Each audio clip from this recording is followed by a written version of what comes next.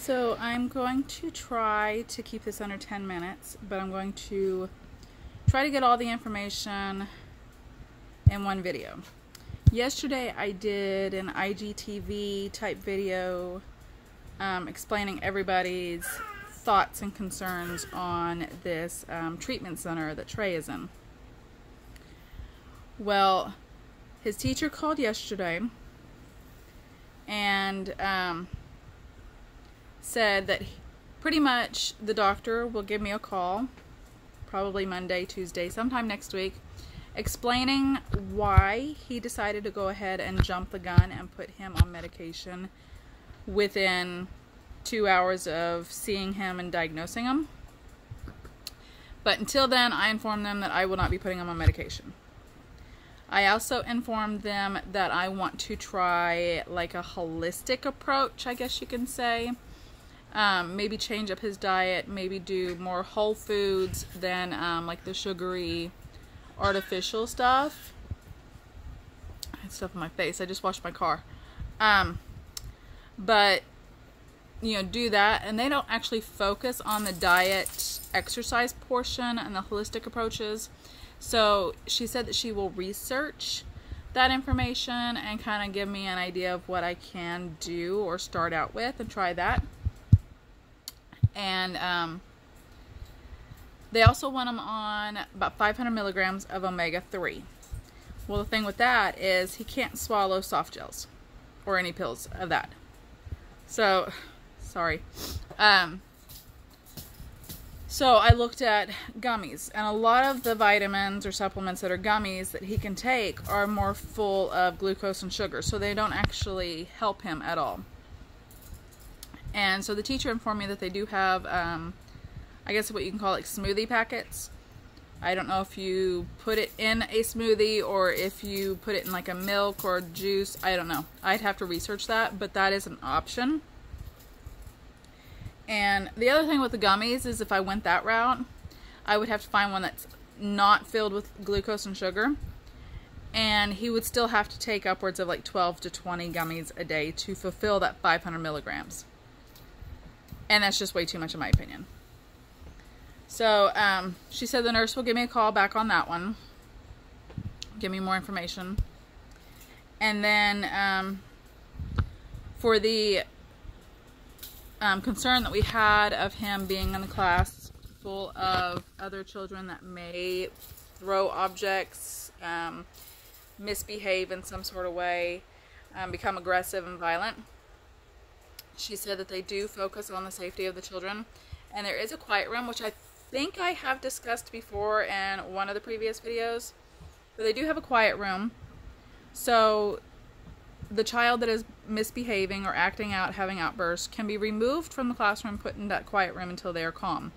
Then they can also, if the child is overwhelmed, he or she can be asked to be removed to go to that quiet room so they can gather their thoughts and, you know, kind of calm down a little bit. But she also said that if it becomes too much, that they will actually just leave the child in the room by themselves, and she, as well as her intern or some other adult, will safely remove all the children from the classroom to get away from that aggressor. And she will then get in the group and explain kind of why the child is there, what he's kind of going through or what she's going through, and then try to come up as a group a way to help this child cope. Whether it be stand in a line and give everybody give that child a hug, whether it be if this happens at home, distract them with a video game or a puzzle or blow bubbles or, you know, something of that sort. So they try to learn coping mechanisms. And so the children are not going to be staying in a room with an aggressive child. They will either have the child removed or they will remove all the children and leave the aggressor by themselves to calm down. It's all about safety. What other things did we touch base on? We can't monitor what they're doing in their group. because of the confidentiality agreement with the other patients or children. But she is more than willing to give us a call and let us know like how he did during the day, what they did in class or group therapy, and let us know. I'm trying to remember what all concerns I put on that page and questions I asked. During our family therapy, they will go over ways that we can help the child at home to redirect them, and how to help them pretty much redirect themselves. So at home, we're always getting into like yelling matches because Trey will not follow direction. And we can repeat something over and over and he still won't do it. He is very strong-willed. And so she will give us mechanisms and ways to help at home to try to teach, redirect, and cope at home. So that's a plus. We don't have our family therapy meeting until the 12th.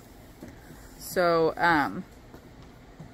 until then, that's all the information I really have, at least until the doctor calls me back or the nurse calls me back with information.